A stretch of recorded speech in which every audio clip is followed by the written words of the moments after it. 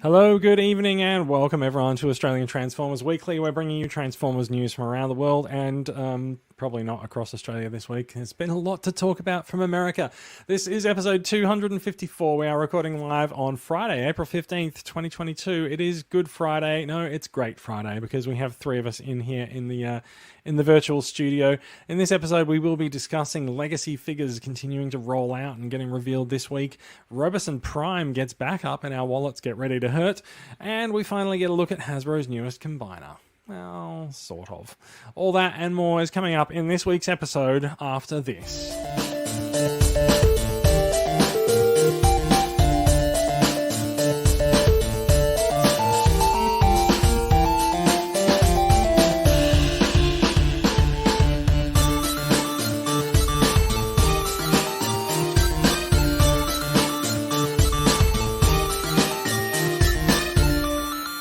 Goodness me, I nearly forgot how to actually do the podcast intro there. Sorry, folks. This is episode 254. It's Good Friday. None of us have anything to do because everything is closed. So we've managed to stack the house for the podcast recording tonight. Some people are watching along with us in the TCCA Facebook group, and some people are watching on YouTube as well. We do like live comments. You're very welcome to comment on the stream, and if we like what we see, we might put it up on screen and talk about it. I'm Jason. Joining me tonight, we have Max coming to us from Adelaide. How are you doing there, Max? I'm well, thank you, Jason. How are you? I'm doing all right. You know, I've had a nice lazy day. I went into the city and went and saw Sonic 2. Today. It's a wrong franchise for us to talk about on the Transformers podcast, but there we go. Rob Franklin has sent us a goof evening. I suspect that was a goof, but we'll see how we go. He says good evening under it. Rob, welcome to the show. Thank you very much. And coming to us from Melbourne, Alan Jones. It's been a while since we've had you on, mate. How are you doing? I'm good, thanks. Yes, no, just been busy with the family life, but I'm always here in the club. You know that, so. Excellent. We certainly do, and you've managed to stack the deck with a lovely display of Transformers behind you tonight as well. I will add for those of us watching on the video stream, the regular man cave backdrop. Yes, absolutely. Yeah. In fact, look, we've all got some Transformers going on in the background tonight. So very good, very good. We're all on point. I even appear to have a bit of a moody light that passes from one side of me to the other. That was a little bit unintentional, but there we go. What has been happening, guys? It's been a busy week. Did any of you get up to watch the Hasbro live stream on Wednesday morning? I'm going to say. No, I never bothered to because I'm always imagine it'll be disappointing, and then they kind of just revealed this insane amount of stuff, and I kind of regret not watching it.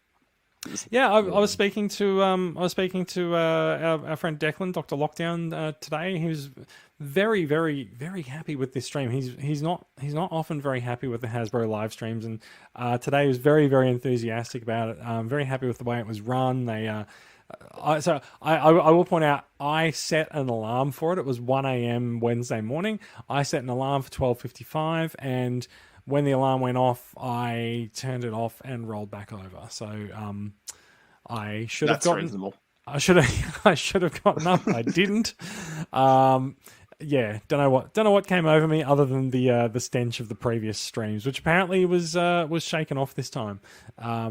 I shouldn't say that actually. Like, I've been pretty up on the stream presentations. I think that they get better over time, and I think Hasbro's learning how to do reveals on streams instead of in person events at trade shows.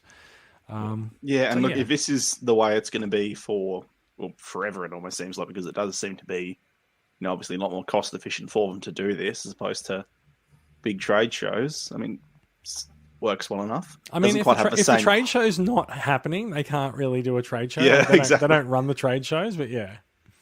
It's sort of. I wouldn't blame them for continuing it past whenever trade shows happen to come back. I agree. Yeah, I would also not be surprised to see this format continue. I think they've refined it over the last 18 months or so, and they've learned what works and what doesn't. So it's going on. They definitely get the internet community involved and excited. They certainly know. I mean, even if you miss it, you're guaranteed to have a shotgun blast of, how many websites and news in your face the next morning. So it's very true. Yeah. I also noticed that our Facebook group absolutely drowned in posts regarding the reveals in the hours following the stream on Wednesday morning. I think at one point I may have deleted a couple of things and reported them as duplicate content, and then I think I just gave up. I was like, well, people are going to comment on everything, so see what happens. I think as well as the presentation of the stream being well received, I think the figures that were revealed were also pretty universally well received as well. People seem excited about them, except perhaps with the exception of one, which I just realised I have not put into the run sheet, but we'll talk about that and why. So Rob says they definitely were able to show a few exclusives in the show. Only a few of the figures were spoiled prior to the show. It's very true. We've seen a lot of leaks in the Transformers community over the last few years, and I'm pretty sure. What actually was spoiled from this? I'm not sure. Blitzwing. We knew about Motormaster. Oh, do you mean full reveals or just listings? Yeah, so when you say full reveals, I mean, did Prime versus Prime get his hands on it? And that was Blitzwing, and I'm not sure he got his hands on anything else from this wave. So we'll see what happens. But I mean, look, this wave is not really due to hit shelves internationally until I think July. So there's time enough for some things to make their way out of the factory and into his light box. We'll see how that goes. Look, let's get into it and talk about some news. This is probably where I should have a news jingle to play, but I don't. So let's just pretend I played a news jingle, and I know that Brad will probably insert it in post. Except because I've said it, he probably won't do it, just despite me. We're going to move swiftly on and get to the news. Straight into news. Hasbro news. That will take us into some news. What news comes from via yonder? Let's talk about some news. So leading up news, we'll talk about releases, and as in things that we have talked about in the past that are out now. First things first, local releases. Studio Series 86 Perceptor. People have been freaking out a little bit about Perceptor because they can't find him in retail stores. I think so. He started turning up more consistently on Amazon Australia if you want to order from Amazon. And if you don't like giving money to Jeff Bezos, you can generally find him in store at EB and Zing, and you can probably order from them online. I think what you will find is that people had a similar freak out about Studio Series Noir last year. They decided that he was really hard to get, and now you can't swing a cat in Kmart for knocking over a Noir or 10 of them. Myers got them all over the shelves and stuff. So I think patience is probably the key if you are looking for Perceptor. You will be able to get him pretty soon, I think. If you are still looking for the Titan Arc as well, the price is fluctuating a bit on Amazon Australia. It did go down to $99, which was pretty amazing for a Titan. Alan's shaking his head because how much did you buy it at, Alan? Oh, I haven't bought it because I'm waiting for it to be 99 again. Oh, okay. I bought it at 300, but whatever. Anyway, and the big news, burying the lead here. Griffin from Ozformers posted the other night, I think last night or the night before. Hasbro has seen the number of us importing Legacy Wave 1 and realised that they probably shouldn't make us wait any longer because Legacy has been slated for a mid-year release here. They have brought that forward, so they're sending stock out into retail channels now. It should be available in stores in early May. So that's good, but also it does mean that the stock was here all along, and why wouldn't you send it out to the stores? Who knows? Are they counting on our mid-year sale? Like every year we've had this big mid-year, Big W, all those kind of things. Like, are they like trying to? Okay, this is going to be the big W sale. This one here. It's interesting. There are usually some really good bargains to be found on Transformers at Big W's mid-year sale. Like we had $46 Grimlock, and did we have Snarl last year? I'm not sure. I think we did.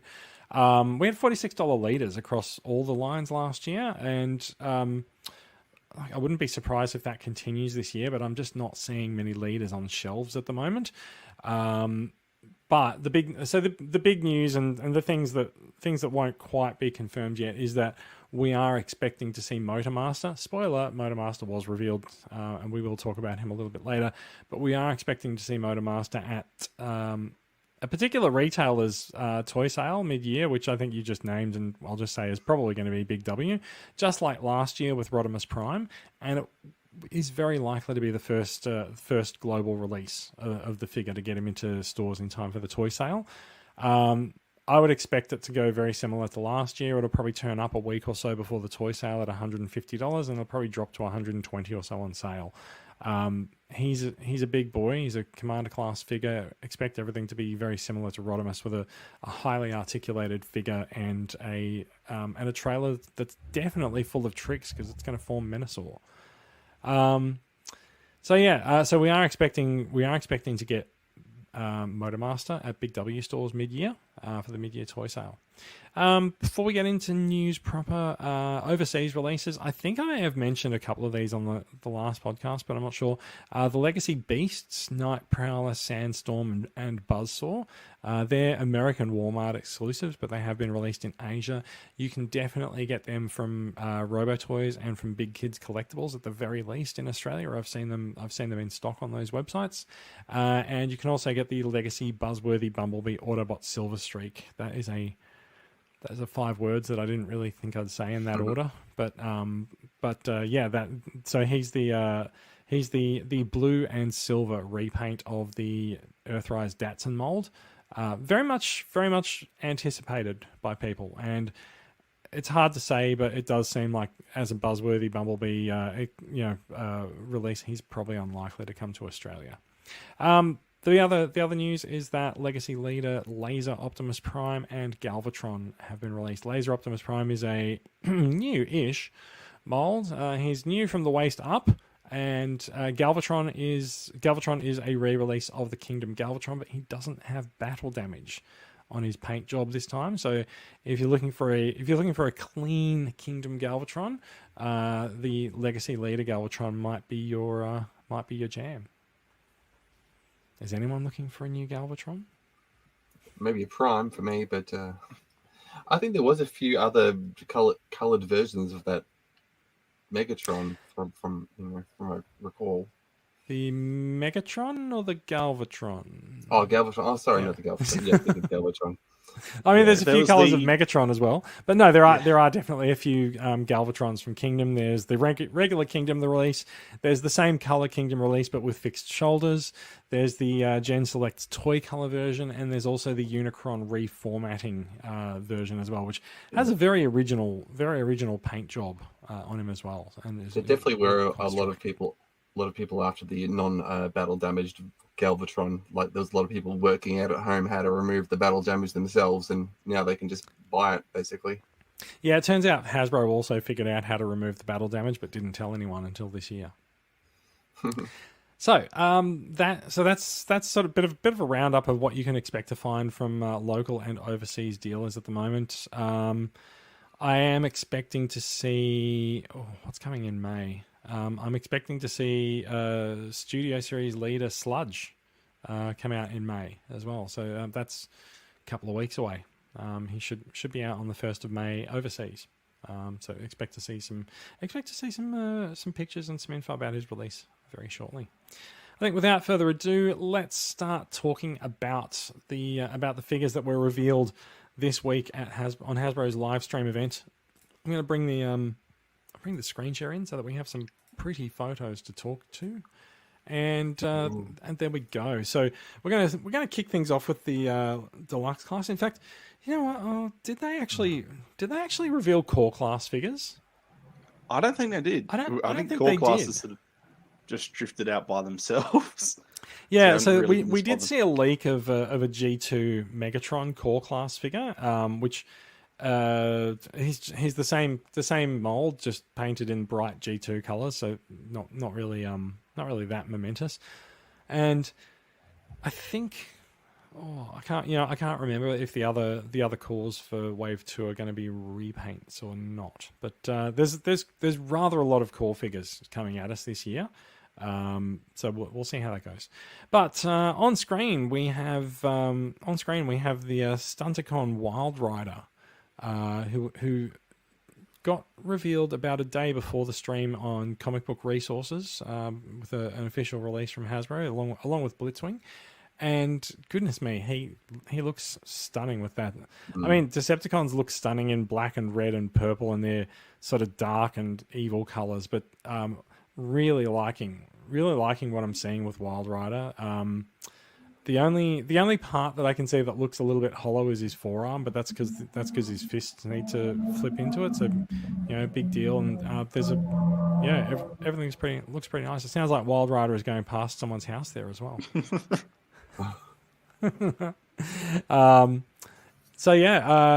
Rider is the second Stunticon that we've seen revealed, and he does have, if I can make this work, he does have a rather fetching sports car mode as well. Now, I did see a lot made of the sports car mode in that it's a really nice sports car mode, but there is no Ferrari license, so they've done a reasonable approximation of such. And I mean, what's not to love about transparent red windshields? Yeah, it's beautiful. It is pretty nice. Also, notably, comes with 2 weapons, just like drag strip, and to allow him to sort of do the roof-mounted weapons. You needed an add-on part to do that in G1, and some add-ons for the Combiner Wars ones also allowed you to do similar things as well, but you don't have to now. The other notable part that I'll point out here, and I don't know if this is actually going to make it through to the, I don't know if it's going to make it through to the final product or not. We are looking at painted hubcaps, which is a detail that many people criticize Hasbro for skimping on. So if we are sort of starting to see the beginning of painted hubcaps, that'll be nice.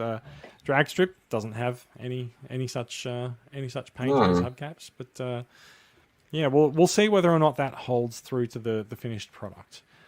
Wild Rider, thoughts? I mean, so are you guys collecting the new Stunticons? Are you aiming to build a Menasor?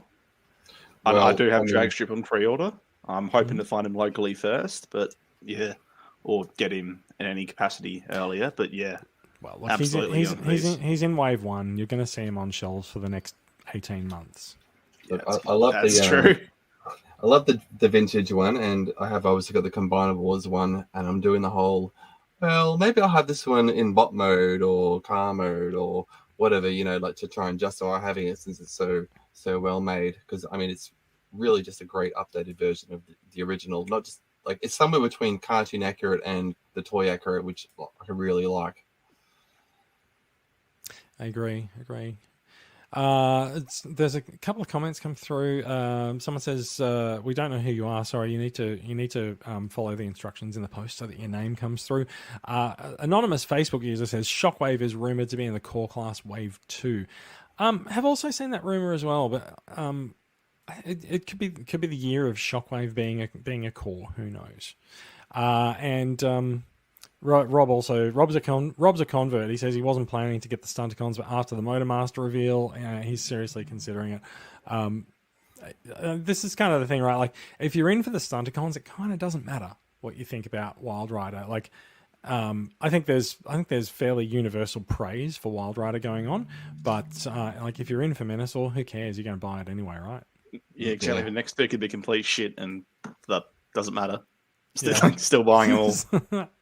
Well, look, I think we're doing pretty well so far. I really like Drag Strip, and I think Wild Rider looks pretty good.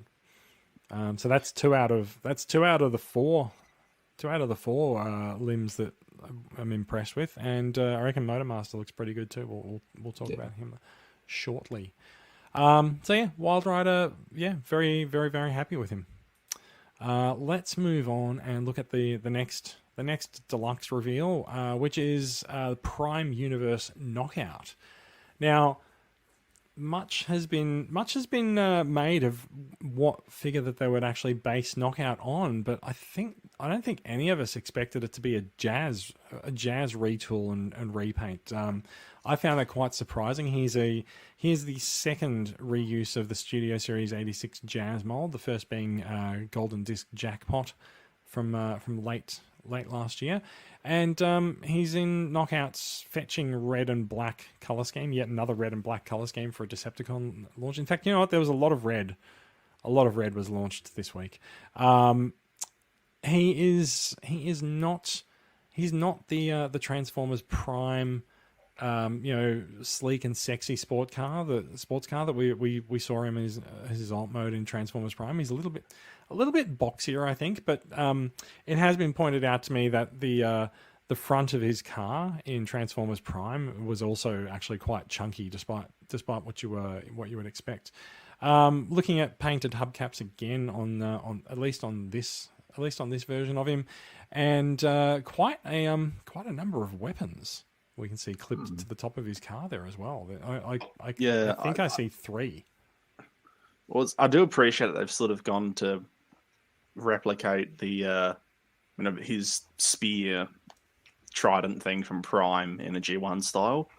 Oh yeah, I'd forgotten about that. Yeah, so had I until I noticed this. But yeah, he's I'm not quite sure how well he works. It's hard to say really. At the end of the day, he kind of just looks like a red Jazz repaint to me. He does. I think he's kind of suffering from the same thing that happened when you brought Bulkhead and RC into sort of what is essentially the War for Cybertron universe, which is that everyone sort of starts looking just very, very standard and similar to each other. Much has been made of his head sculpt. His head sculpt. He's got the familiar shape to his head from the Transformers Prime version of the character. Like, he's definitely the Prime Universe Knockout. Look, I think the face sculpt is fine. Some people have said that they don't like it. I think, given that he was based on a Transformers Prime figure, I've seen people say yes, and the comment has literally just come up as I'm saying it. Thank you, Ben. He's got a nose now, because nobody had a nose in Transformers Prime, which it's all right. And Rob also says the red actually brings out details of the Jazz mold, and that's quite true actually. I do find the Studio Series Jazz mold a bit funny. Like it's nice, but I just think it's not that nice. Like when we load up different colors in it, we'll see how it goes. I put this one here just to sort of look at his face sculpt. He's recognizably Knockout, so I kind of don't mind. What do you guys think of? I don't actually have a pic of him holding the weapon. Sorry. I reckon that'll help people, like him showing how he holds the spear and such. Yeah, probably. It's you can see the weapons sort of clipped together. There's 5mm ports and everything on it. So, I think it'll be all right. I have to admit, when I first saw this, I thought those are actually the core class weapons all combined together, sitting on his roof. But no, it looks like these weapons actually do come with Knockout. So that's good. Yeah. So are you guys fans of the character from Transformers Prime, or I have the I've got the original one. Yeah, it's hard to get excited here. I think a lot of people, myself included, when the initial leaks of the Legacy lineup came out, everyone sort of went, "Oh wow, there's going to be these Armada characters, these Prime characters, yada yada yada." We were sort of expecting an update to his classic designs, and it's not necessarily disappointing because it's like, well, we had no reason to expect that. That was people jumping to their own conclusions based on leaks. But even so, it does feel like a bit of a wasted opportunity. Like, certainly there is a strength to this classic art style and this uniform aesthetic, but it does feel like they are missing something, and it has this effect of homogenizing a lot of the franchise. Whereas I feel like characters like this should stick out. It's because it's not like G1 was a very homogenized art style, but then it feels like the few we've had so far, they feel like they've gone almost too far to one extreme of it. Does that make sense? Like we'll see G-Axis later on, for instance. That looks like quite a unique thing within that art style. It doesn't really look like a core G1 character. Whereas G-Axis doesn't look like he's really changed in his transition over to essentially what's a War for Cybertron style universe. But so it does feel like there should have been breathing room to, not be slavish to the original designs, because if that's not what they're going for, it's not what they're going for. But I guess to flesh out and be a bit more unique with what's on offer. Yeah, I see what you mean. I think Prime RC has not been super well received, because I think people just wanted another RC figure from Prime. I don't think they wanted the update. Same thing with Bulkhead. People didn't really want. I mean, what people want was the old figure, and like nothing in this invalidates the old figure. Although I will point out that the old figure for Knockout was pretty shit.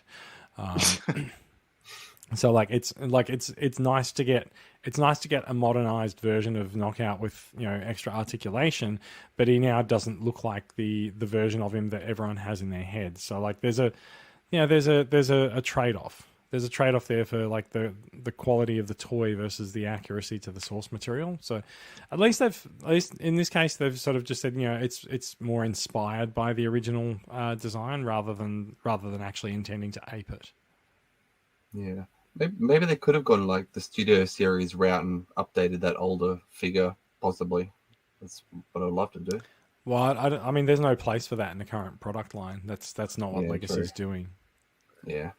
I mean, what other card could they have chosen, really, to make people happy? I think they chose what they could, and they added in the accessories, gave them the face, did what they could. Yeah, I mean, look, I'm very fond of Knockout, so I'm going to be very happy to add this one into my collection.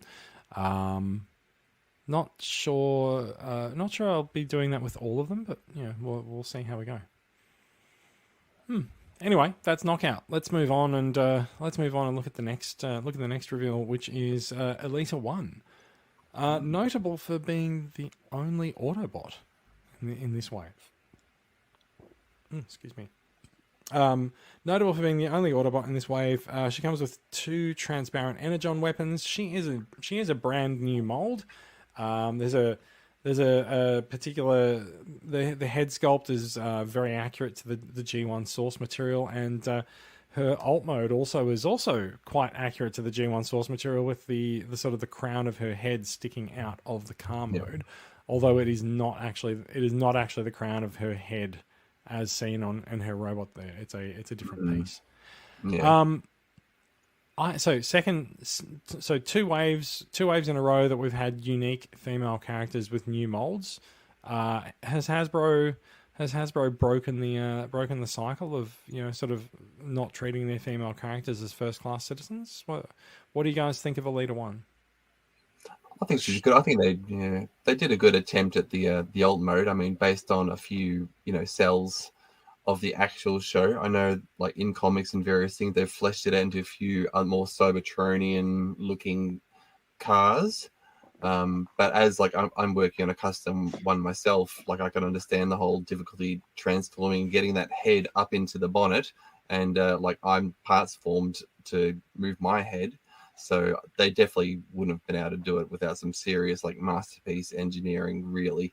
But it looks good. I think they've decided to create a new vehicle and as close to the show as possible. So why not?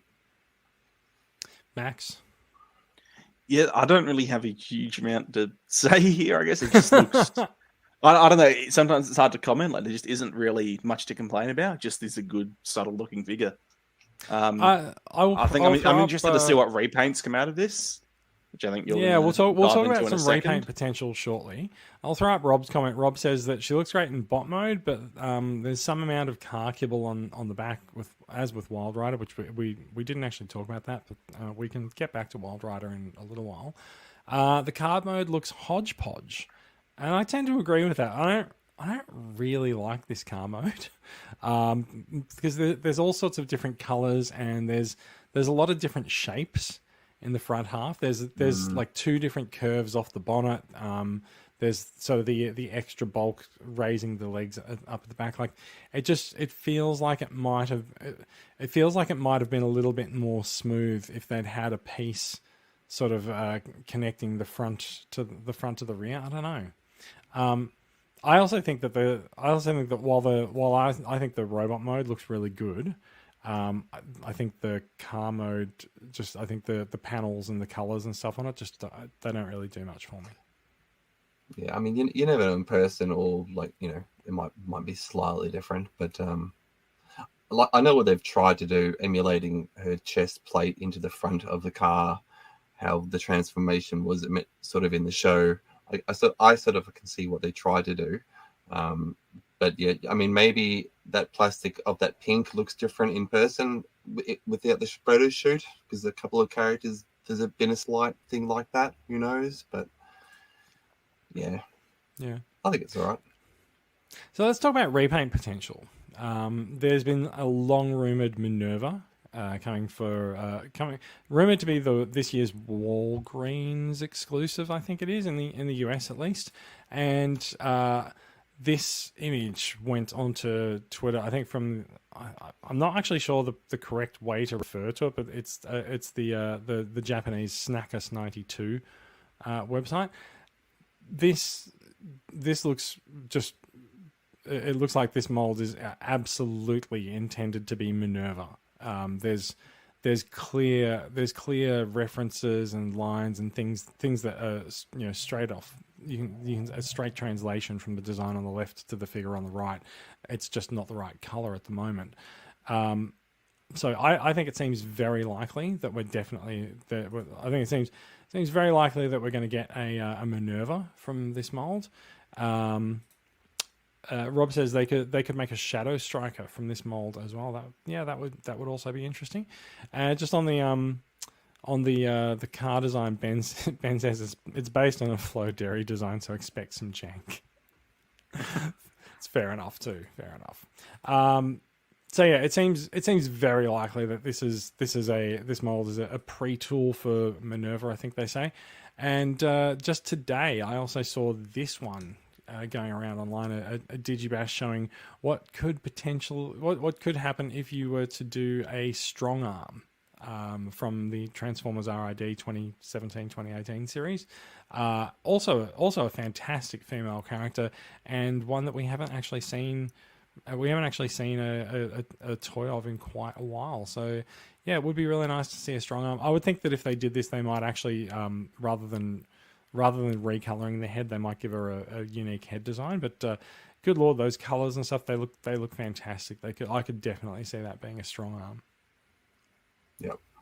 For sure. Yeah, the only potential issue I can see is that sort of might just need to reduce the head size a bit, because right now you could get away with it given the body, like the proportions of the limbs, but having such a large head just makes it look kind of childish.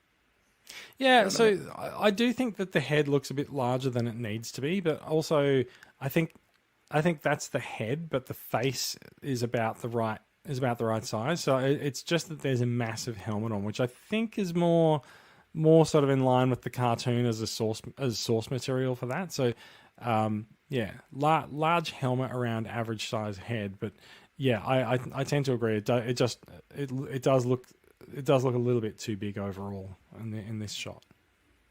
Yeah. So let's move on to the last deluxe figure, which is Tarantulas. Now, Tarantulas is unsurprisingly a fairly heavy retool of the Kingdom Black Arachnia mold from last year. They've changed the spider legs to make him more tarantula-like, and he's got colors that seem very reminiscent of the Black Arachnia figure from the Worlds Collide box set. But a lot of his sort of beast form and panels and stuff like that, they're a lot larger than Black Arachnia. So while there's sort of a shared skeleton behind things here, Tarantulas should stand alone as his own character. Now, Tarantulas, if people are fans of the comic, Tarantulas is very important in the Wreckers series. So there's likely to be a lot of love out there for getting a new Tarantulas figure, and also obviously from Beast Wars fans as well. Yeah. Rob says you can hear Tarantulas cackle from this image. So yeah, and we've got the spider mode for him there as well, which you can definitely see that the legs are a lot larger than the Black Arachnia mold and much more tarantula like. So yeah, are you guys Tarantulas fans? Are you looking forward to getting this guy? It's a great looking spider if you wanted to get the spider transformer. Even if you hadn't gotten into the Beast Wars and all that kind of stuff. But I mean, it doesn't go in my collection personally, but it definitely looks good. I'll say that. Max, it's Beast Wars. So I'm sort of just like Beast pass. I want to have something more to say, but yeah, I do not. Yeah. I didn't get the Black Arachnia from Kingdom, but I do have the version from Worlds Collide, which I do like, but I don't really have any particular love for the character. So yeah, Tarantulas is probably going to be a pass from me, unless people get him in hand and it's just like mind-blowingly good. But having handled the Black Arachnia mold, I don't think it's likely to blow my mind. So yeah. And Rob does say, I wonder how well the legs hold up the spider body compared to the Black Arachnia figure. Hasbro went to great lengths last year to tell us how strong the legs on Black Arachnia were. Like, they had photographs of it hanging off wooden beams and things like that. So I would assume that they've dedicated about the same amount of detail into the legs for Tarantulas. We just haven't necessarily seen the photos of him hanging off things yet. Yeah. So that is it for the deluxes. There's four very strong deluxes. All of them have been received fairly well. Like I said, there's some strengths and some weaknesses depending on your personal taste and preferences. Let's move up to the Voyager class, where there were two figures shown, but we're only going to bother talking about one of them at any particular length. And this is G-Axis from the G2 universe. And he looks like he's just stepped off the pages of the comic. He is beautiful. He is. Like, people who didn't watch the live stream have told me that they looked at the single photo with the complete picture of all of the reveals, and they're just like, who the hell is that yellow one? That looks amazing. Like, he's got that mustard yellow and the white limbs that just draw attention to him, and he's got these pissy little green wings hanging off behind him. But that head sculpt, he just looks cranky as fuck. I'd never imagined. Yep, sorry. Go on. Yeah. I'd never thought we'd wind up having a G-Axis come out as an original mold. Something. Him be. He's the always original going to repaint. Yeah. Exclusively just here's a vague jet-shaped figure. We can throw a G-Axis head on this. Well, it's funny you say that, because like, his alt mode is kind of a vague jet-shaped figure. It is, but what the hell are you going to retort that into? Unless it's just so strange. You could imagine it being a Combiner Wars Silverbolt type thing, where it's just a block that gets. I heard he's actually based on Combiner Wars Silverbolt, but yeah. So a bunch of us were looking at this in the Wednesday night chat in the TCCA Facebook group, and there is a rumor that there's an Armada Starscream coming. Now, if you were to, so the wings on this guy are fairly straightforward, and you could remove the wings and replace the wings with something else, right? So if you changed the wings, would you be able to sort of see this through to a Cybertron style Armada Starscream? Like that cockpit area looks like it could kind of go a little bit more Cybertronian. But yeah, and people actually have a couple of other comments there. Rob says that he thinks it'll be a needle nose. Ooh. I feel like Needle Nose was in a fan survey recently that I think he got defeated in. So there's definitely some feeling from Hasbro that they want to do a Needle Nose, I think. So yeah, okay, yeah. that makes a lot of sense. I can see that quite nicely here. He's got the right proportions in robot mode too, sort of like a bit lanky but very blocky proportions. Very true. That could work. And notably, he also does have. You're right. Actually, he's very tall, isn't he? He does have a G2 style Decepticon symbol on him as well. That's quite good to see. Morgan Moroney says that he looks like Thunderwing, which would be ironic since his last figure was a repaint of Thunderwing. It would be interesting to see that go the other way and for Thunderwing to come from G-Axis for once. And there's also a comment that he's got a G1 broadside vibe. Mm-hmm. Oh, yeah. Well, the risk of making him a Starscream is the potential for repaints further from that. So don't ask for a Starscream. I'll say that. Are you saying don't give Hasbro ideas for more Seekers?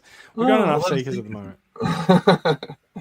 Yeah, but you can definitely see that like those wings could easily be any other type of fold-up wing of any size, basically. So yeah, there's quite a lot of options for the wings, and if you retool the body, you could really significantly change that jet mode as well.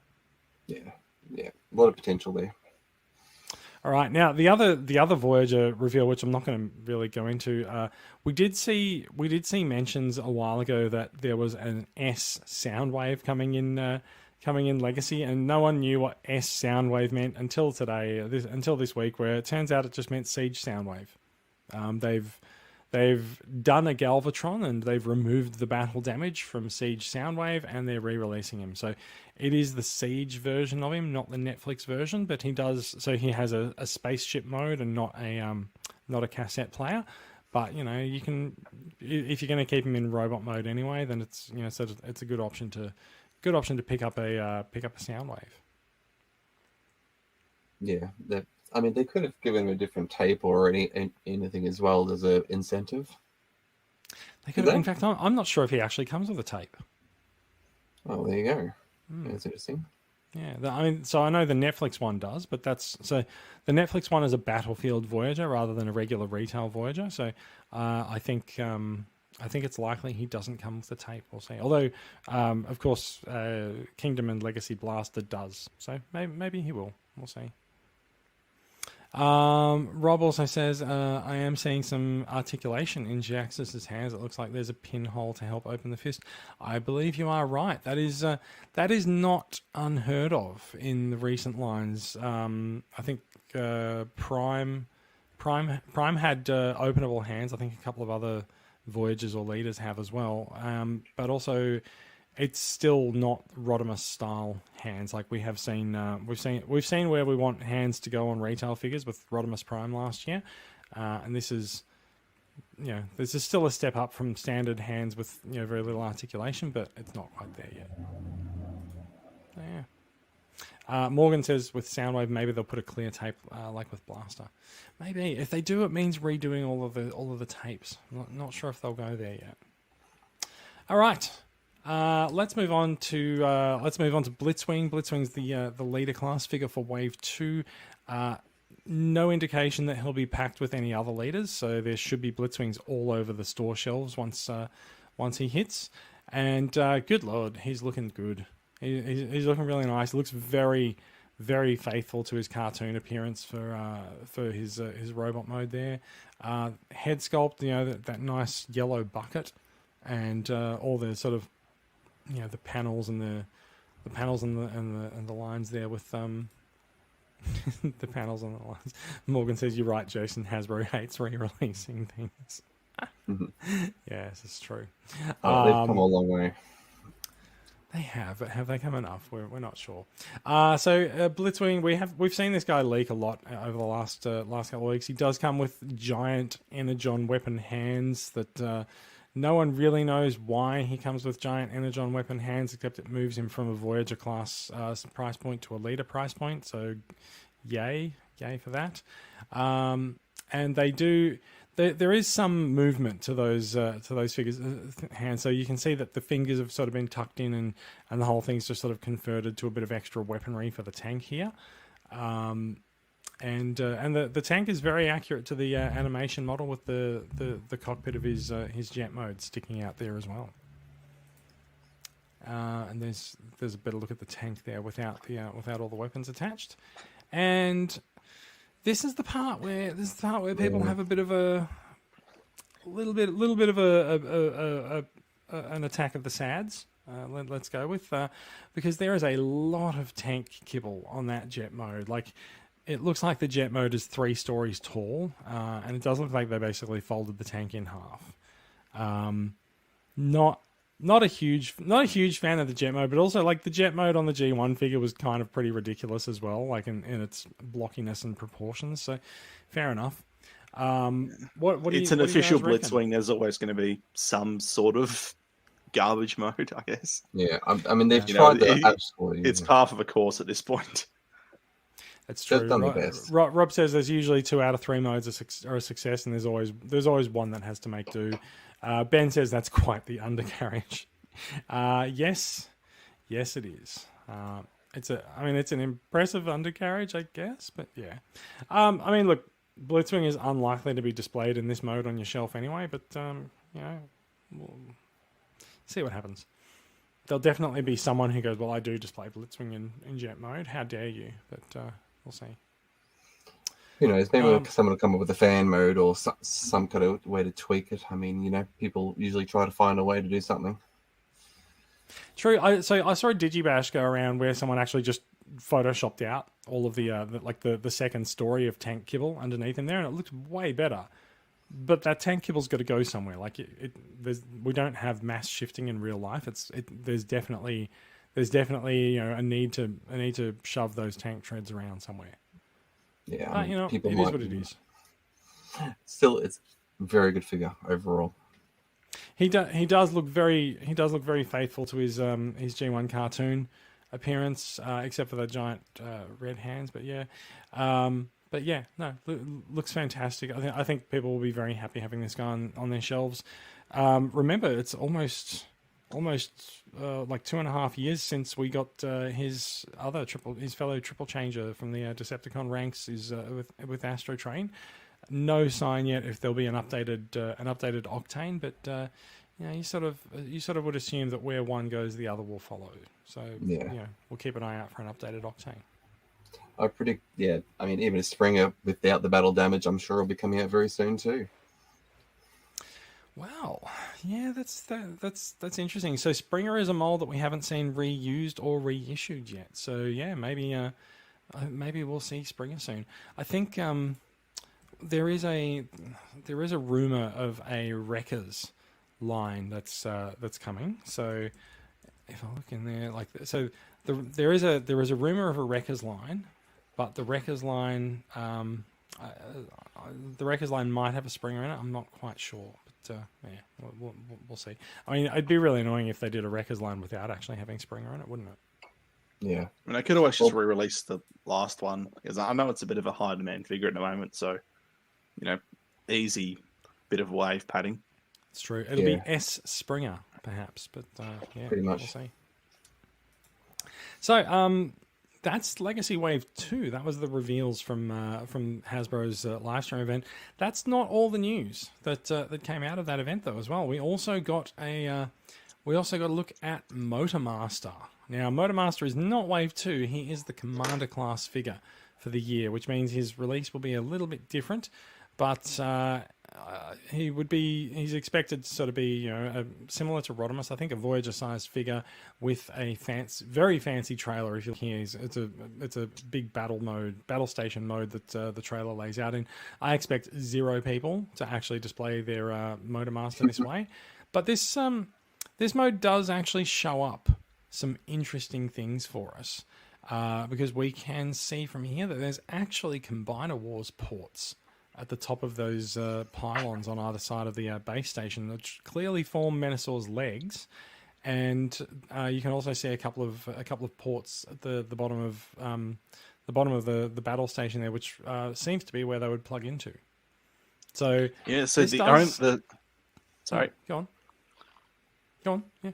Oh, yep. So the implication will be that the option will be there that you don't necessarily have to, plug on these leg sections, and that you can instead just say, right, here's a Combiner Wars figure, slap it on.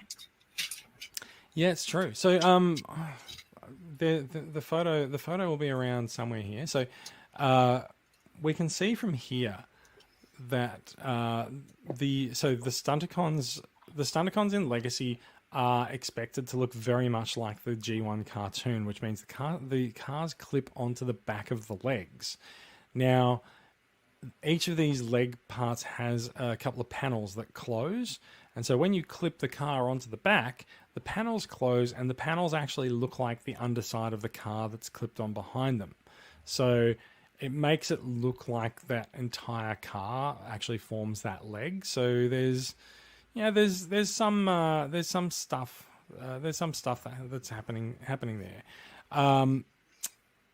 Whether Menasor, I feel like using the Legacy. I feel like using the Combiner Wars limbs might make Menasor look a little bit dumpy and short, but there's a lot of people who decided that they really like the cars on the front look from Combiner Wars. So maybe they'll be expecting to do that. I don't know. Yeah, I think the other thing is just the core. I think Menasor and Combiner Wars was widely regarded as one of, if not the single greatest weak points of that line, right? But that largely just arose from Motor Master, and then it just didn't form a good torso at all. So it could almost be like this a way of saying, well, if there's an option for the arms as well, it can be like, well, okay, here's a Menasor torso, and you can just use this you can just replace your old Motor Master if you'd like, or you can go out and buy these new ones we've just put out. We're certainly going to try. So there's been some speculation on the use of the Combiner Wars ports. It looks like you would be able to use the ports to replace the legs, but perhaps not the arms. It looks like the ports go the other way on the arm side. So, whether or not that's the case, don't know. But it seems like the legs would be the only controversial part of that. So maybe you can swap out the legs and be happy. I've got Motor Master up here as well. Been a bit of criticism of his feet.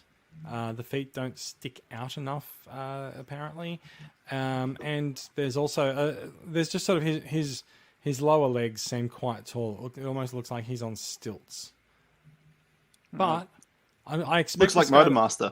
Yeah, it looks like Motor Master to me. I expect this guy to have sort of Rodimus level articulation. Like, you can see his hands are not Rodimus level articulation, but like I expect him to hold together and be a very solid figure like Kingdom Rodimus. And I see nothing here to dissuade me from that opinion. Like everything here looks like the panels fold up and everything compresses, and I think he looks like he's a really solid figure.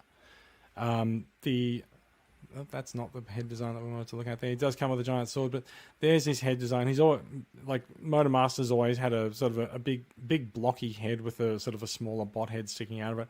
Very much also the case on this one. I think he looks fantastic. Like, I'm really looking forward to getting him. I'm usually not that excited about Stunticons, but like something about this just makes me think these guys are actually going to be pretty special when they're all combined. Yeah, you know me. I'm not the biggest fan of like the really hardcore slavish G1 stuff, but there's just something about this where it just looks so well done that I really I can't wait for this thing. I don't think I've been this excited for an official figure in years. It's really a couple of really things. Pushing my buttons. First Decepticon Commander class figure as well. Yeah. That you can see the trailer there, very very big trailer from we know the trailer has a lot of the trailer is basically the guts of Menasor, the skeleton of Menasor, so it's not really too surprising, but very big. Expect it to be very solid and relatively heavy, and then there's also the look at the box art, which is just gorgeous. This box art leaked out earlier this week, and just. So much of the box art for Legacy has just been really impressive, and just I've really enjoyed looking at the box art for a lot of these figures. It looks to me, when you see the boxes in person, it looks like it almost looks. I think I said on the last stream, it looks as if they've figured out some kind of way to do a high dynamic range image on a printed cardboard box. They just really pop. They really stand out. They're lovely. And in fact, I think you can see the Combiner Wars ports on the back on the front of the trailer there in this art. You can, and then you've got the Stunticons driving through the background. It's just a very visually appealing piece. I love the overall aesthetic of these Legacy boxes, where it's kind of just leaning into this cheesy, synthwavy, sci-fi kind of aesthetic, and it's just beautiful. Like it's absolutely shameless. It just looks fantastic. Is there any spot a jack for a blackjack at all on his front? Has everyone noticed? Have they thought they might do that at all? I don't think so. I don't think they would. I think this is a very G1 Motormaster. So I don't see a blackjack in Menasor's future. Also, he does actually say that this is also 5 of 5 for Menasor, which by the time we get him in the mid-year sale, he won't be number 5. He'll probably be number 2. Not expecting to see a blackjack. Also, I will switch to the other thing. So there was also some actual looks at him in the live stream, so you can see the Menasor head there. I thought the configuration of Menasor is fairly unique in the trailer, forming so much of the skeleton of him that I feel like they'll have trouble replicating this for another combiner. It'll be interesting to see how it goes, because the other combiners are generally not cars stuck on a skeleton. Bruticus will. Yeah, Bruticus might be. Yeah. So there was also some demonstration about how Dragstrip fits on there, and I think I know I said this just dies. Like, he just gets ripped in half. Yeah, he gets ripped in half. I'm pretty sure I said this a while ago when I got the factory leaked drag strip and figured out how to actually separate him. I did surmise that there might be a tab on the device that would push in and actually separate him for you, and it does seem that is actually the case. So you can see here that the Hasbro dude Mark has stuck drag strip onto the compressed arm there, and then something has activated that tab there, and then the arm folds down to extend down so that you get the two halves of drag strip. So so he's the drag strip is the right arm, and breakdown is the left arm. So we won't see breakdown until much later this year. So he's expected to be in wave 3, which seems currently scheduled for an October release. But at the same time, in that same wave, you will get 2 Stunticons. So you'll be able to form half of a Menasor if you have 2 drag strips and two Wild Riders by the time Motormaster comes out. But you'll probably be chomping at the bit for those last 2 limbs when the October wave comes around. Yep. It does almost feel like a tease that the entirety of Menasor is just contained within the Motormaster box. Like, you look at the box art of Menasor itself without the limbs, without the Stunticons attached, and it's just a fully formed robot, just without. It's just missing some cars tabbed onto the side. Yeah, he needs a bit of armor. Yeah, it's a bit of a tease though. It's like, okay, here's your Menasor, and now you've got to wait for him to actually basically feel complete. when you buy he's Motormaster, so close to buying... being a complete Menasor. Yeah, when you buy Motormaster, you're buying ports to add deluxe figures onto. So I did think that it was pretty clever. They've essentially shown Menasor, and I've been very critical of them for not showing Menasor. So they've shown Menasor, and they've shown you what Menasor looks like now, but they just haven't shown the last couple of limbs attached to him, which I thought was quite clever. So and apparently there was a joke made on the live stream that he'd really like to show people the other limbs, but he wasn't allowed to. So yeah, so you can sort of see. It does feel like they're not quite promoting Menasor enough. Like, it's a new combiner, right? This is, it's a big deal. It's a big imposing figure. 5 things going together. Update to the Combiner Wars 1. Maybe they'll it's push like, it maybe they'll push it more when Motormaster comes out. You'd hope so, because at the moment it's kind of like, okay, here's this drag strip, here's this Wild Rider, here's this Motormaster. Oh, by the way, we haven't released any actual images, but there is a combiner that this makes. Yeah, I mean, look, that's true, but also I think people know that the other limbs will come, and they do know that, like, when you see a drag strip, there's a Menasor. Yeah, true. Yeah, I think people probably have enough faith in Hasbro to actually make a big combiner for these guys now as well. I guess I mean more in terms of just the general retail crowd. So someone walking into a store, or browsing Zing online or something like that, and seeing, oh, here's your drag strip, here's your Motormaster. It doesn't really jump out at you that, hey, this is part of a big project that's happening. This is a big event piece. Like, so it is on the boxes though. Like, it does say they're Menasor X of 5 and stuff. And I think you also do need to give people credit for working out that yes, like there's these guys are going to combine. I'm also just really glad that it's actually a slow release of the combiner, instead of just sort of dumping it all in one wave or doing multiple combiners in 1 year. Like, I like that it's a bit special. Yeah, it's going to be satisfying once it's complete. I think so. Looking at this, I think he is going to be quite satisfying. So, yeah. I'm interested they didn't make all the limbs be able to split in half, so they could just do the whole mix and match gimmick. They've very specifically said, and I've got product listings that say drag strip right hand, Wild Rider right leg, breakdown left hand, dead end left leg. So they're very specific about what goes where. Whether or not you can put another drag strip on the on the left arm, don't know. We will see. Ben asks, what about the height? Is it default Combiner Wars or with the third party feet? I don't think anyone knows, really, to be honest. I mean, like, you can guess things from looking at this. I feel like it's perhaps the height of a combiner with the feet on from a Combiner Wars figure. So, like, the lower leg that you can see here sort of looks to me like it's a little bit larger than the sort of the compressed deluxe that we got in Combiner Wars. But so yeah, I think it's probably like a deluxe plus an upgrade kit kind of thing. Yeah. Don't know. I mean, ultimately, like, we won't really know until there's sort of some more official measurements of this guy made. It probably won't happen until people actually get it out in hand, and or it finds its way onto someone's light box. But yeah.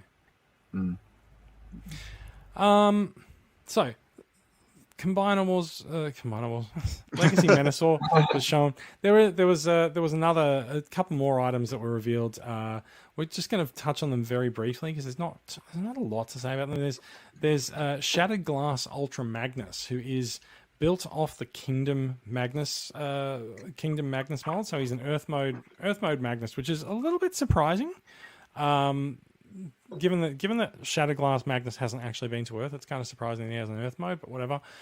He does have the zombie head that Shattered Glass Ultra Magnus actually has, because Shatterglass Magnus is a zombie.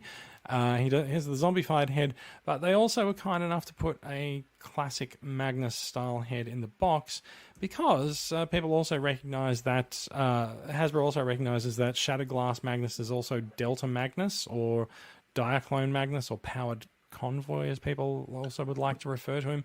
And so shipping it with only that head is going to piss off a lot of people. So it's nice of them to put the classic style head in there as well, because I think a lot of people will want to display it with this head. Yeah, I've got no desire for a Shatterglass Magnus, but a lot of desire for a Delta Magnus. Yeah. So that, I mean, you might buy two. Who knows? But I think people have a desire for this head and not the Nightmare Fuel. Yeah, it is a bit of Nightmare Fuel. It just seems a little bit out of place given the overall aesthetic of an Ultra Magnus, and I guess that also does explain why they've gone for the Kingdom mold rather than the Siege mold, just because, you know, if it's going to be, you know, referencing Diaclone Magnus, so they may as well just try and make it. That's true. Yeah, it's a bit more slavish. It's true. Couple of shots of the vehicles there, the cab, and is full mode there. Looks fantastic. I'm in for Shatterglass, so yep, this guy's going to be appearing on my shelf soon.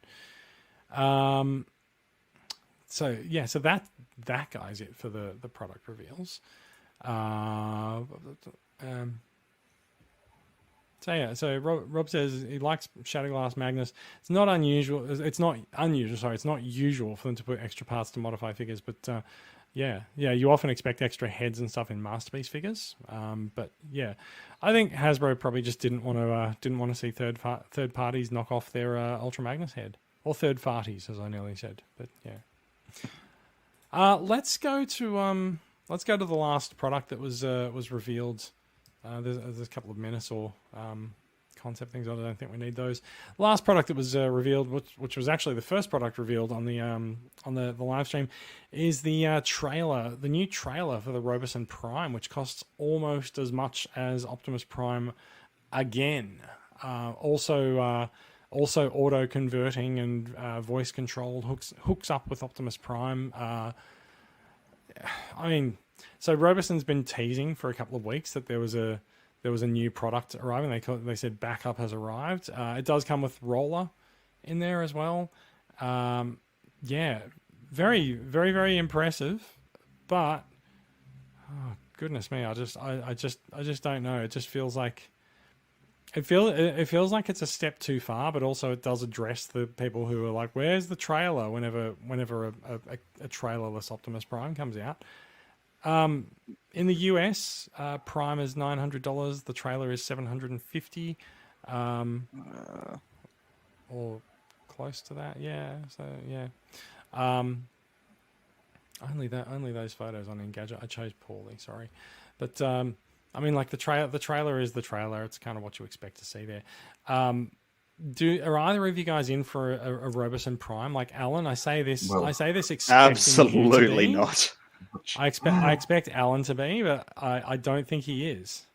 Look, I've had one here at on the premises at this very table, doing the Gundam style, for people's entertainment.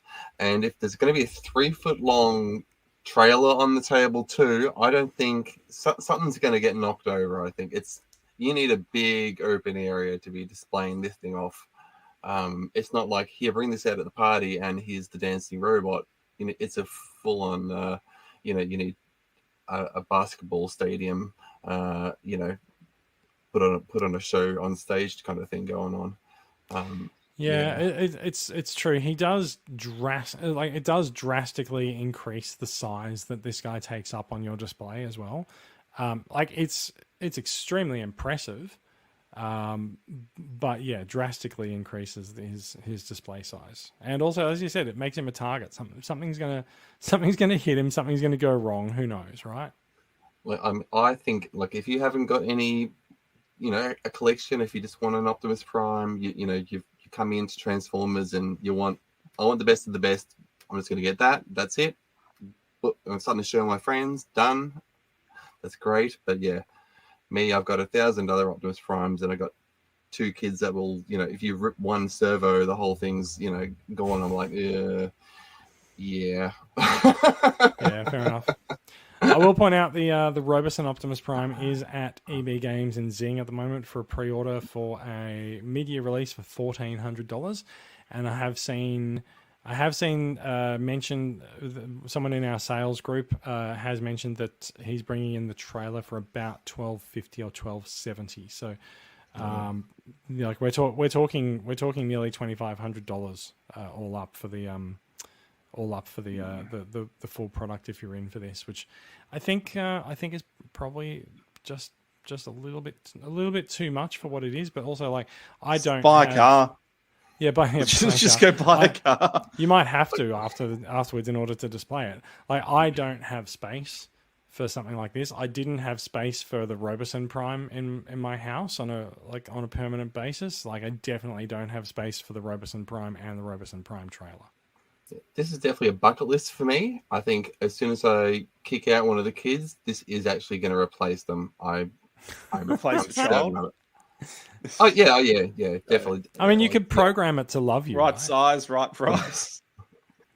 I would, yeah. And with the trailer, I mean, you can actually, bring your drinks finally. Put an esky in there.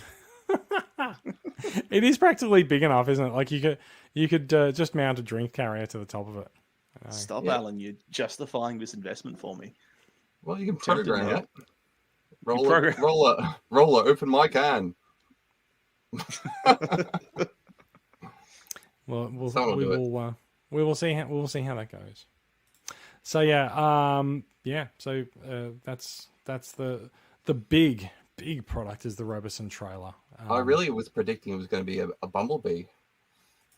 I thought it was a bit ambiguous as to what it was going to be. We do know that when Robosen was Sen Robotics, we saw multiple self-converting, self-transforming remote control toys. I think we saw a Constructicon. We may have seen a Bumblebee, and I think we saw a Hound as well. So I kind of expected it to be one of them. This feels like a little bit of a cop out, but also like it's very much addressing a bit of a complaint that people had in that they didn't have a trailer for Prime. I think it was fairly obvious that it was going to be something Prime related from what they were doing in the lead up. They were just showing like Optimus Prime emerging from the shadows, like the car driving in from darkness. So it was fairly obvious it was going to be something Prime related, but people thought it might have been an Ultra Magnus repaint. But yeah, I really think what they should do is maybe a Megatron, probably a tank, but if you have an equal Megatron, you'd have the banter between them and actually be able to recreate, the conversation between both of them. I really think they could go that way. Yeah, true. Two more stories to bring up. I see a comment from Ben on the live stream. Ben will not be disappointed. We have two stories that are going to come up. Number one is that Hallmark has announced its keepsake ornament for 2022. I'm very big on the Christmas ornament Transformers. I think they look great. It's another Optimus Prime. I think this is their third Optimus Prime now. But whatever works for them. And yeah, he looks great. He'll look lovely hanging off your Christmas tree. I'll take two. Usually these guys get sold by myornaments.com.au in Australia, and you can find them. You can find them in other places as well. I think the Hallmark ornaments ended up at Big W last year, but I'm not sure if the Transformers one did. Like the Hallmark keepsake ornaments are starting to come into Australia more and more. So maybe this year we'll see this, more widely available. But I think last year the Shockwave ornament you had to get from the My Ornaments website. And as I alluded to for Ben, there is also new Ultimetal figures that were announced this week as well.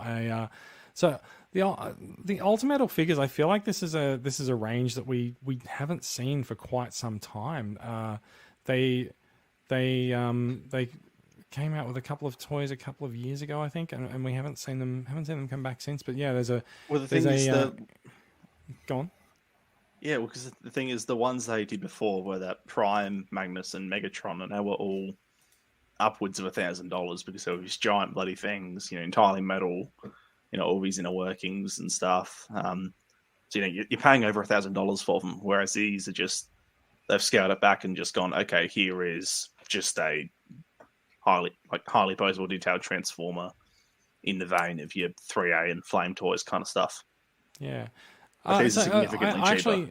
I actually said I said I haven't seen these figures before.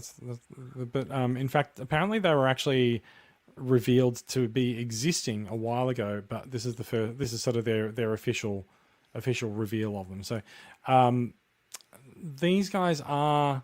So these guys look quite different to the looks that we expect of these characters. Like they're recognizably those characters, but they're actually based on the Studio Ox designs for them. Which I think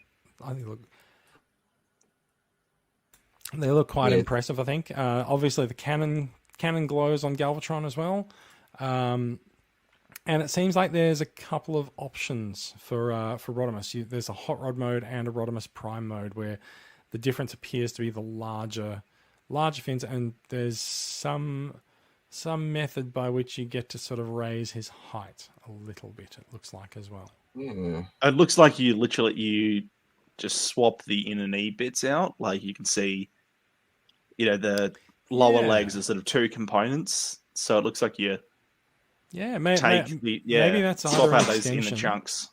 It's either an extension or just you have to swap them out. I don't think the previous Ultimetal figures were known for sort of being take apart and change pieces. So I don't know. They had all these panels which you like flick off and then it'd show this inner circuitry and stuff.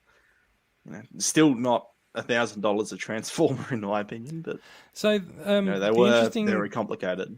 The interesting thing with these guys is that they no longer seem to be $1,000 transformers. I know they are listed at 1,580 Hong Kong dollars, which is about $200 US, probably about 300 Australian dollars. Much more affordable. I'm not sure if that means that the size is down, if they're working at a new size scale or not. Quite impressive. They look really good. I keep banging on about this to people. I've been saying for a while that I feel like there's room for a high-end product that sits sort of above a masterpiece figure, and maybe this is it. Maybe it doesn't have to transform. Maybe it's more the sort of the high-end representation of these characters. It's not a statue. Sorry, Brad, as you're editing the podcast, like. It's not that the statues are the higher end representations, but maybe it's just a more premium design that actually still looks recognizably like the character. No, and we're sort of getting a nice little selection of these things now between Flame Toys, 3A, other companies I've forgotten the name of, and this you're right. In fact, stuff. Flame Toys is very high up in the price ranges. Their Kurokai figures are about $600. Yeah, but it is sort of, and none of them are transformable at all, but they do. No. They are just very high-end, high-quality representations of the characters. So it's kind of, that, like you said, that may fill that niche. So Ultimately, Rodimus is great, not $350 great, though. I don't know. Like, he's looking good. When this comes out, he does look pretty fucking good. We'll see. Look at those fingers, just the amount of posability in those. Like, sure, I know a lot of you can definitely do the "Bring Me the Head of Galvatron" pose with this guy. I mean, I know a lot of stuff has posable fingers, but just having the individual sculptures of it, they're not all the same uniform length. Little things like that. Lots of little bits of grabbly detail. You know what else? And also he does have a glowy part as well in the Matrix there as well. What actually is, I think, most impressive about this for me is that they've made a Rodimus Prime that doesn't look like he's old. Yeah, he doesn't. This Rodimus Prime does not have old man face, which I think instantly might even make it the best Rodimus Prime. Fight me, because it's never really made sense. He's just opens the Matrix and doubles his age. Matrix and he's double his age, and the Studio Ox aesthetics as well. Yes, very much appreciated. They really do look impressive. So those are the news of the week. We have been running a little bit over time, so I think we're gonna bring things to a bit of a close. I'm gonna remove the screen share. We're gonna briefly talk about new acquisitions. I have things that I've opened, and the like, and I have a couple of new acquisitions that I've forgotten to get. So what I might do is, who actually has new acquisitions? Max, do you have anything to go with? I do. You do? I I'm do. going to Does Alan give have any you as the well? stage. I'm going to give you the stage so that you can tell us about our new acquisitions. Your new acquisitions while I go and get mine. I'll Don't take too long, please. I'm not a. I get nervous. tell us what you've got. So right for me, just the one thing in the past stupid amount of time since the last episode is Big Firebird's Mooka, which is sort of they got a bit of renown or disrepute, I suppose, a little while back for their RC, which would seem to have a bit of a over-exaggerated design, we'll say. And I actually ordered that figure and then sold it before opening it because I thought, nah, it just wasn't for me. But then seeing reviews of the figure itself and then actually realizing, yeah, fuck it, it's a good-looking piece. I went back and got a repaint, and I am suitably happy with it. Yeah, it does have a very effeminate aesthetic, we'll say. But at the end of the day, it's not as tasteless as a lot of people have made it out to be, I suppose. It's certainly it is significantly different to anything else in the collection, but it just works as an RC figure too. It seems to be aping the Combiner Hunters color scheme from a few years back.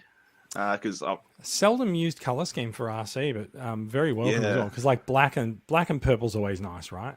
Oh, it works so well, and a lot of people talk. A lot of the discussion about the design of this figure has been a sort of humanized and sexualized proportions, right? Which I'm not the biggest fan of. But the thing that no one really mentions is the aggressiveness of it. It's lots of weapons, lots of sharp edges. It's particularly with its color scheme. It's sort of a very edgelord design. It's that I don't know that dark black with a bright fluoro color design. So it looks very, it's a bit of a violent aesthetic. I'm not gonna dissuade anyone from disliking the aesthetic of a figure. Like I said, I sold the original one before opening it because I felt a bit iffy about it, and then backtracked because I just thought that's a bit silly. And in hindsight, I think that's a good idea because it is a genuinely really good piece. It's quite different to a lot of other Transformers. It feels almost more like a Figma with just Transformers bits tacked on. Basically, the entire transformation happens in the backpack, and then you can remove large chunks of that. But it kind of works well because it's lots of die cast in the body itself, and then a very light plastic for the shell pieces. So it all kind of works together. And then lots of these bits and pieces can be removed and form into weapons, that sort of stuff. So you wind up having, just a very clean base figure. It's really highly posable, really nicely built. And then when it comes to transforming it, you get a really solid alt mode. The transformation is a bit iffy. It's a bit of a shell former, but it's super simple. It's 5, 6, 7 steps at most. It's basically just you curl this up and you curl the body up and then wrap stuff around it. So it's really straightforward. That's been how RC's transformed for years. Yeah, it's it's pretty par for the course, but it's just done to a very high standard. It's it's a little bit finicky, but the thing is, getting everything to align is a bit finicky, but in robot mode, it looks super clean. And in car mode, it looks super clean and holds together really nicely. It's, Masterpiece Ironhide, how there's a lot of panels and shell bits. And then eventually, once you finish it, it all sort of sucks together and just forms this really tight, solid object. It's the same on this. You spend a little while getting everything aligned, clipping it all together. But then once it's together, it stays together and it feels rock solid. Yeah. The only thing, I guess, is there's a bit of parts forming, but it depends on your definition of parts forming.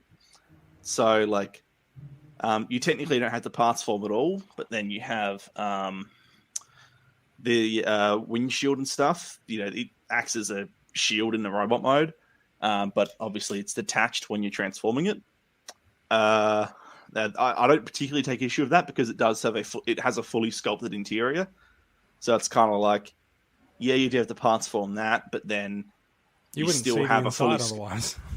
Yeah, so you are left with just an open-topped car as opposed to a car with a roof. So if they just left this piece off entirely, you wouldn't even notice it. It's just purely there for options. So I was a bit, I don't know, I'm quite pleasantly surprised. I was a bit worried about how well they'd execute it, given where their priorities seem to be. But it's actually turned to be a really nice Transformer. So, yeah, very good. Quite happy with it. Nice. How about yourself, Alan? I've been backtracking onto some X-Transbots figures, actually. Since recently I got Jensen. I know you did too. I was a big fan of that. And so I'm just filling in my Masterpiece shelf. So I've gone off and got Andrus. So, yeah, I think it's just the first release. And obviously the new studio versions and all that, they're amazing for those getting that scale. But I need something from my shelf of MPs, so he is the one to go to. He does look really impressive. It's been a while since these figures came out, and so seeing that in your hand, and like having seen Scourge and Sweep over the last 12 months, like I have an idea in my head about what those figures look like at a Voyager scale, and then seeing it upsized and Masterpiece scale with shiny pieces and stuff. It looks really impressive. Oh, absolutely. I mean, you got your full articulation of the hands. I mean, everything literally transforms. So, I mean, it's a big. He's quite large when he's in from the box. You actually do have to transform him from the spaceship, and he's quite big. It's fun transformation. I love them. Then I got the skids as well. Obviously the new MP has come out, so it was just a toss up which one to get. Do I go the official or the this? So I had an opportunity to grab this off someone who was upscaling to the new one, and was like, I like him. I'm gonna chuck him in. And I think I mentioned. Actually, I'm not sure if I did, but I did unbox myself a crosscut recently as well. With the MP crosscut's very impressive, especially at the price. He's really nice. But it's really funny just looking at XTB skids. Like it's amazing just what they got right proportionally with him and his transformation. Like he definitely looks the goods. Yeah, like there was a few things in transformation I really, impressed me, like the way that the wheels tuck away, and like there's always just, the way that the arms sort of come up and enclose the wheel, like things that I haven't sort of seen before in other transformations. That always gets me when I find something that no one's really done before.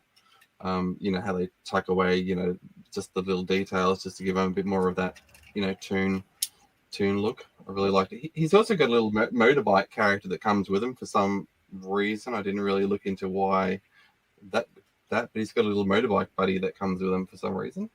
Well, so the Honda City that Skids is based on, the original Diaclones of those came with the motorbike that packed into the back of the car as well. That's right. Yeah, it did. Yeah, it does go into his boot. Yeah, I remember that. Yeah. No, I think I've become a bit of a fan of the X-Transbots stuff lately, for sure. Because I believe that they had to pick up their game since with Apollyon, since that was a big thing for a while. Then all the new Megatrons came out, and then they said, "Okay, I think we need to actually give X-Transbots like a fair shake of the sauce bottle. Like they were one of the first companies to actually show us that yes, like you can do a Masterpiece scale Megatron and have him transform into a gun without making the shit show that Takara made of MP5. Yeah. They very much paved the way for a lot of the third-party Megatrons and even the official redo MP36. I don't think it would have happened unless X-Transbots had come out with it. No, it was definitely one of my first MP scale characters. When I got a chance to get an Megatron in there, and yeah, I mean, third party has paved the way for a lot of what they're doing now, and I definitely believe the Studio 86 has taken a lot on board from all that as well, just to have a line that is incorporating all the best of technology that everyone's come up with. So it's a good time for Transformers, I'll say. It is. I'll jump in. I'll throw myself up at full screen there, and I have a couple of non Hasbro acquisitions this week. Some third party and some licensed. I do have myself the Flame Toys IDW Rodimus model kit. I am of course a bit of a fan of More Than Meets the Eye Rodimus, so very happy to get this guy. I've been waiting for this guy to come into the country for a long time. So yeah, I've got an IDW Rodimus and I've got an IDW Megatron. So I will get to putting those together.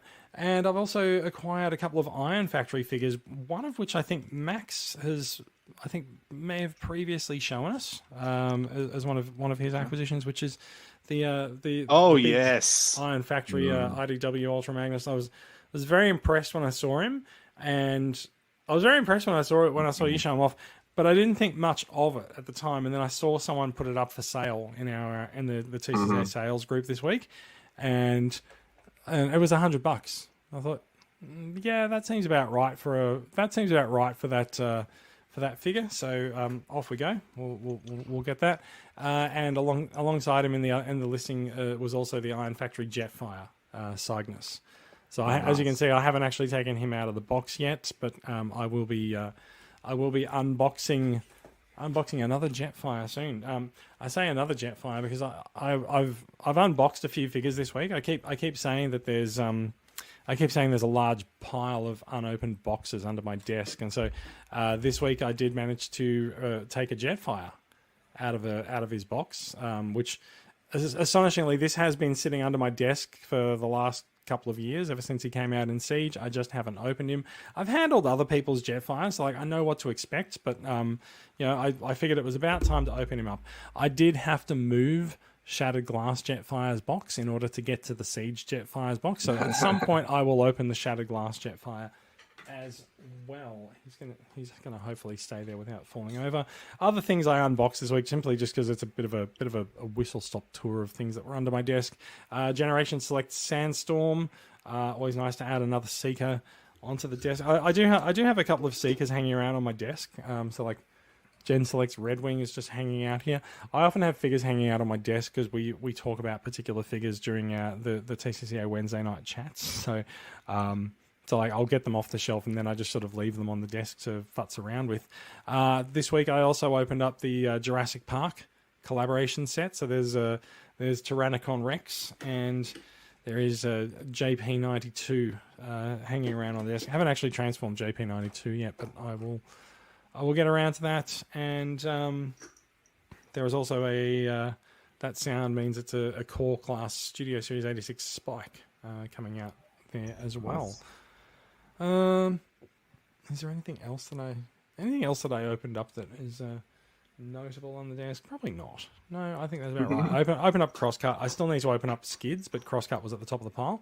I've really enjoyed Crosscut, so I'm really anxious to open up Skids and Reboost now as well. Like I found Crosscut's transformation just really intuitive. Transformed him from car to robot without looking at the instructions. No idea how to send him back. I need to look at the instructions to send him back into car mode. Whoops. But yeah, so really, really happy with MP Crosscut. It's a very affordable price. Like mine ended up costing about $100. So very, very good price for us Skids. That is about it for acquisitions.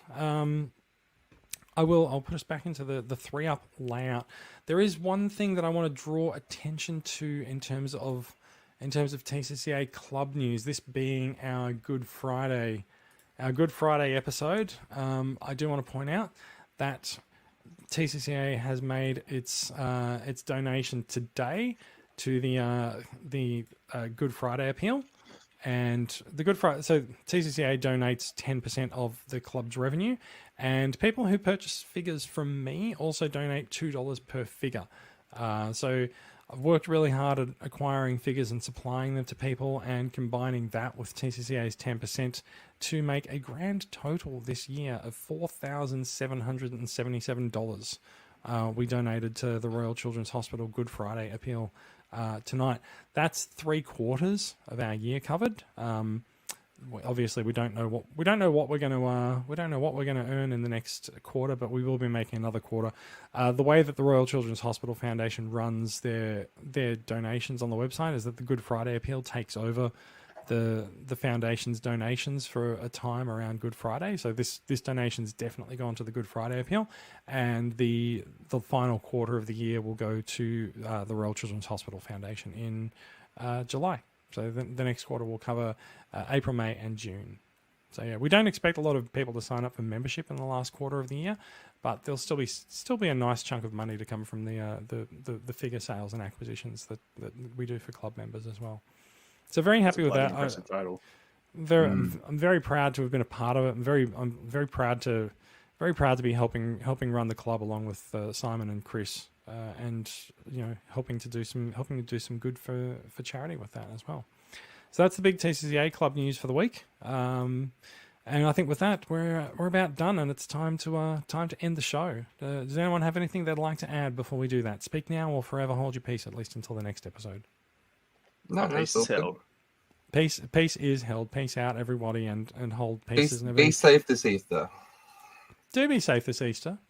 People will probably be listening to this after Easter, so be safe next Easter as well. It's actually a little bit unusual for us to do an episode on a public holiday, but I guess Good Friday is a little bit unusual in that a lot of us are home. So yeah. Thank you, everyone, for listening. If you're watching along with the live record, thank you for checking us out. Thank you, everyone, for making comments on the live stream as well. I really feel like the comments really enhance the commentary that we can offer on the show, and it gives us something to bounce off and gives us some instant feedback on how we're doing as well. So thank you for that. You will find out more about these stories and more with links in the show notes. You can get in touch with us. The podcast's official website is transformersweekly.podbean.com, but you can find Max and Alan and Brad and Bradley and Ash and myself in Transformers Collectors Club Australia on Facebook. If you're not already subscribed, you can find us on your podcatcher of choice. We're everywhere.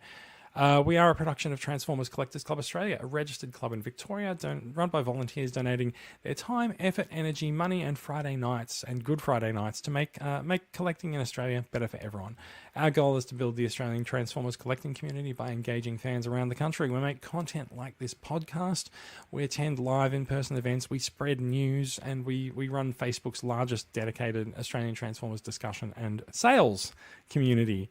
You can find out more information about the benefits of TCCA membership and how to show your support for what we do at transformerscca.com. That is it from us. I'm not going to say we'll be back next week, but we'll try to be back next week in the fullness of time. We will be back with Transformers news soon. Thank you, everyone, for watching, and do stay safe out there this Easter. Thank you.